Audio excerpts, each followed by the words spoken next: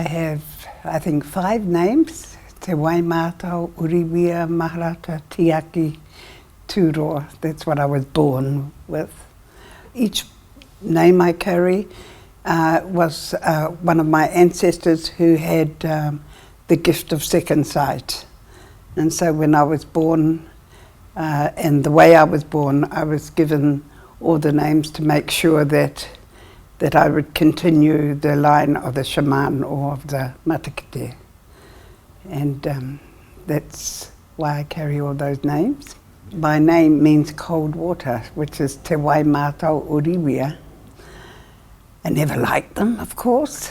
When I was young, I didn't want to be called cold water because my mother used to say, "You should be very proud of that name. It is your uncle was dying and he was calling out for cold water and you were born." Well, I really didn't think that was a good way to be named, but you know, as in later years, I accepted my names and also the responsibilities that went with those names. And I have been working from a very, very early age. I had a deep gift, if you like. I could see both the seen and the unseen world. At one stage, I didn't realise that some of the worlds that I was seeing was not being seen by others. So it was only later that I realised that the 2 worlds were mixed up, you know. But I also had a great-grandmother who also could not tell the difference between the seen world and the unseen world, you know. So I guess it's a gift. I grew up, in fact, sadly, my mother was afraid of me.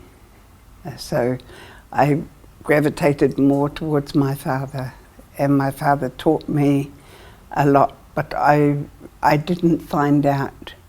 It was just a natural, ordinary thing, you know. Nobody told me until later, and then they told me that I had this gift and that I was to use it. So that's what happened, and I started to work very early. Started to see about 3. I thought everything I was doing was very ordinary and very just like everybody else. And when I realised that I was different, it not always was a happy feeling. I think a lot of children who are gifted can feel very much alone because a lot of people probably won't understand them. And that's why I have that's why I do the work I do. It's because I want people who are been born with this gift to really understand it and really work with it and know that they are not unusual, that they have a calling or they have an ability to help the world. A lot of very gifted people, especially children, or going into adults, are normally lost people. They normally feel very lost, and a lot of them end up in mental institutions. You know, a lot of the psychiatrists and psychologists will probably tell you there's some very gifted people there that know so many things, but they're not, they're treated as someone with an illness, and it's not an illness. I recognise gifted people very quickly. I can be in a room and something make me turn, and then I'd feel them. I felt one today, and normally they have a tendency to come to me, and I could see it before, so I don't go out and say to them, "Hey, listen, did you know you have a gift?"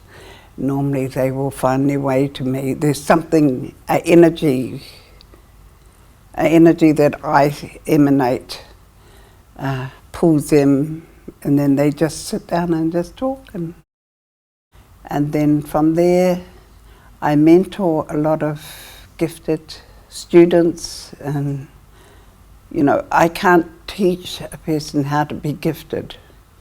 You're either gifted or you're not gifted. But I can mentor them, and I can help them open up in a gentle way and a good way. Part of their destiny is to change people's lives.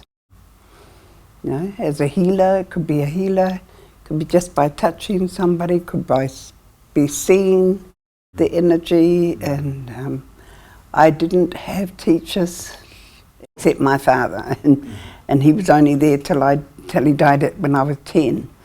But I never had any teachers. I was taught by spirits. So in many cultures, and especially in my culture as well, we had been colonized. The first thing that they do is to separate us. And so we always had shamans or tohungas. And the first thing that they did was to create a law called the Witchcraft Act or the Tohunga Act, and that was to break them away from their spiritual life, because in that way they had control over you. So they did that in just about every country I know. I hear stories, the same thing that they did there. So then you feel that separation, and you know, a lot of people lose hope, especially if you have this spiritual thing inside. Austrians, Germans, everywhere, Swiss, they all have that, you know, but that's why I'm here, really, to help them reconnect with the nature around them, with the medicines, because they lost that in the Dark Ages. They had it ripped from them, really, and you can see it in the people, you know. Sometimes you can see the pain that they brought over from ancestral pain. If shamanism or tohungaism was not meant to go on, then all the acts and all that would have killed it. Would it just evolved into something else? But it didn't. Shamans are still being born. So that tells me they are the part of the culture of all the people, and they are there to help these societies, you know, to work with them. This part of the magic that they have, this part of knowing. One of my biggest jobs here is, even though I never set out to do that, it just happened. I create families. All my schools and that, they become very, very close families to each other. They support each other. Even if one person is having a problem with finances, the others gather together and they help that person, and the bonding is very strong, and they come close and they become a family. So it's making me think that that's what is needed in the world, is to become family and then extended family. So, but you're all interdependent and you all share, and it's happening in a natural way. I certainly didn't have it in any of my teachings, but I've got them to support each other in small groups, and then they just do it naturally. Only takes one teachings, and then they keep in touch with everyone, and they help each, you know, not just in the teaching. Most of the connections that they have is, I only come 2 times a year, but they hear the whole year round, and so it does work. There are changes, and they are happening in a really good way. A lot of them work with distant healing, A lot of them discover new ways that they can heal. I don't tell them how to heal. I just help them to open up and discover their own inner abilities. You know, everybody's different. And so I just teach them to accept what they do is right. I think a lot of cultures, indigenous culture, medicine woman, medicine man, their approach to nature is quite the same. You know, the nature is part of you and you're part of nature.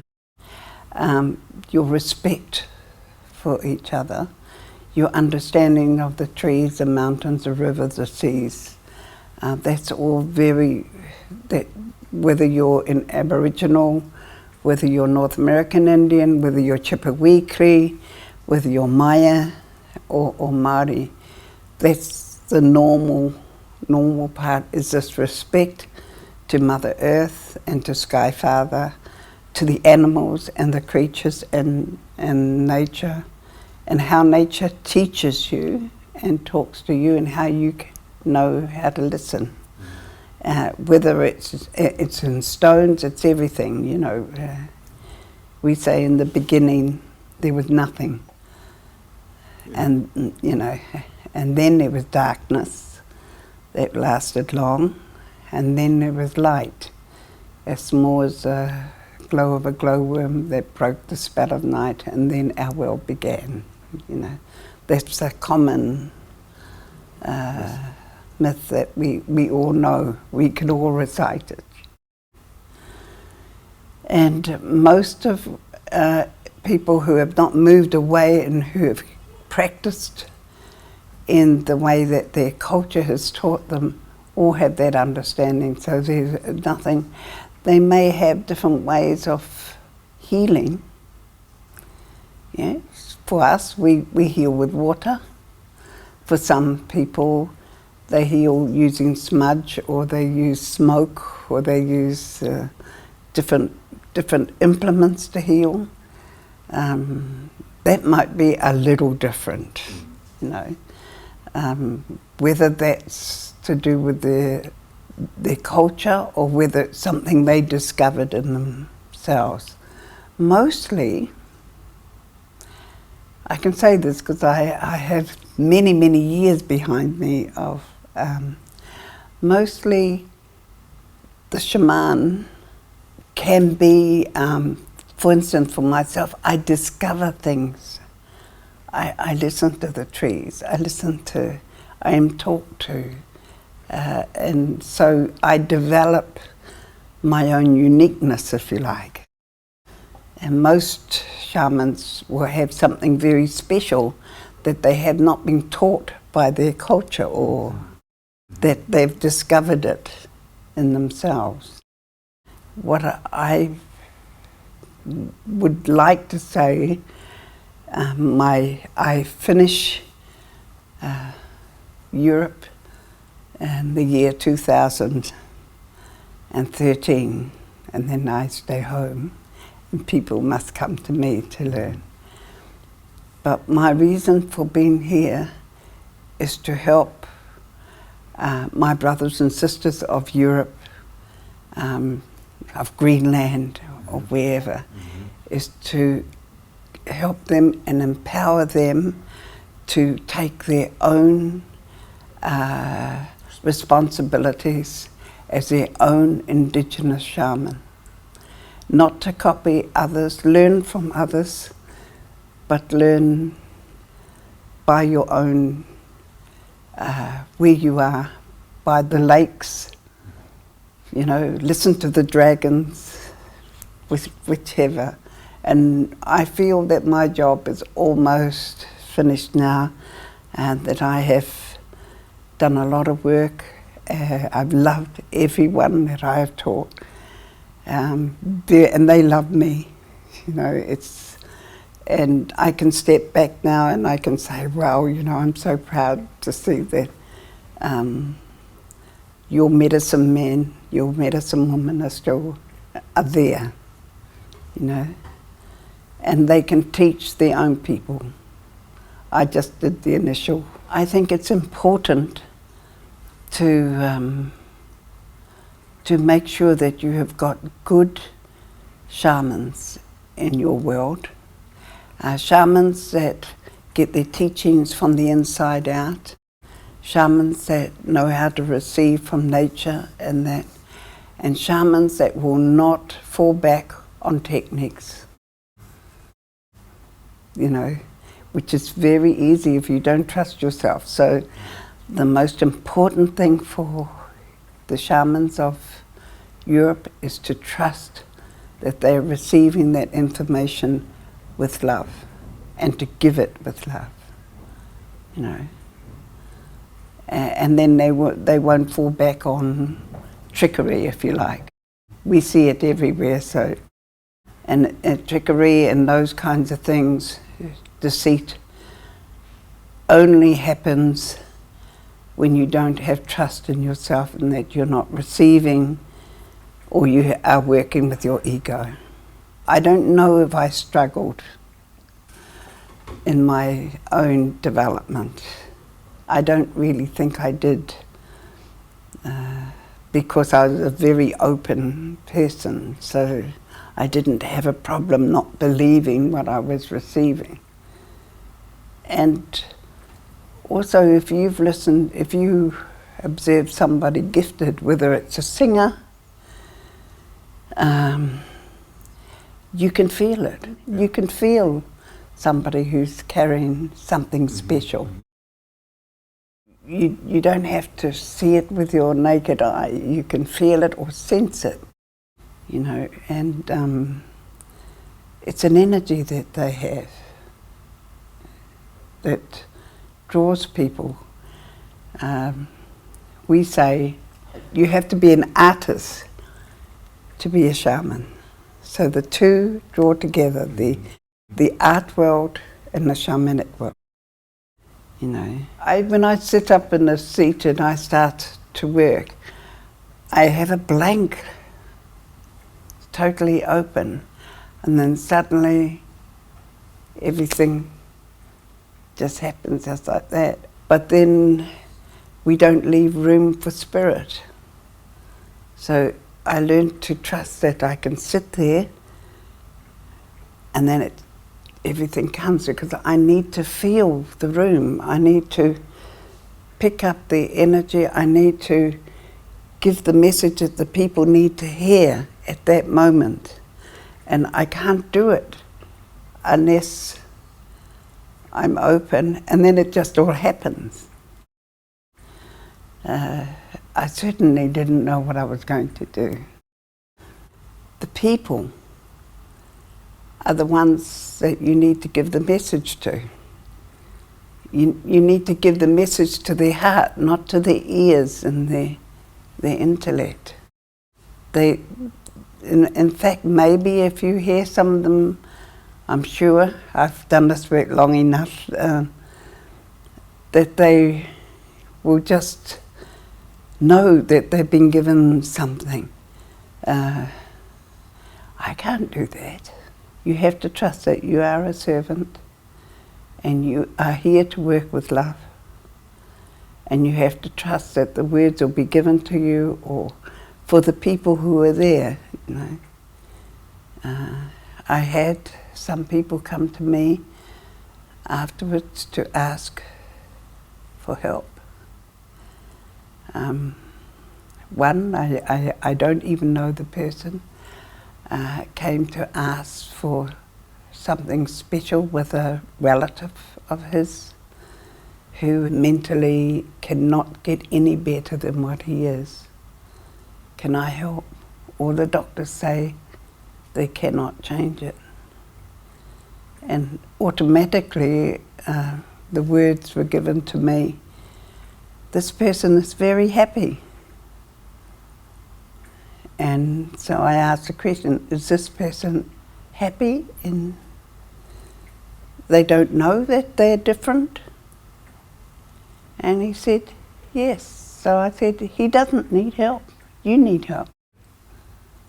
You need help to accept, not to want to change something, And maybe that's the reason why this person came into their lives, is to teach them about love.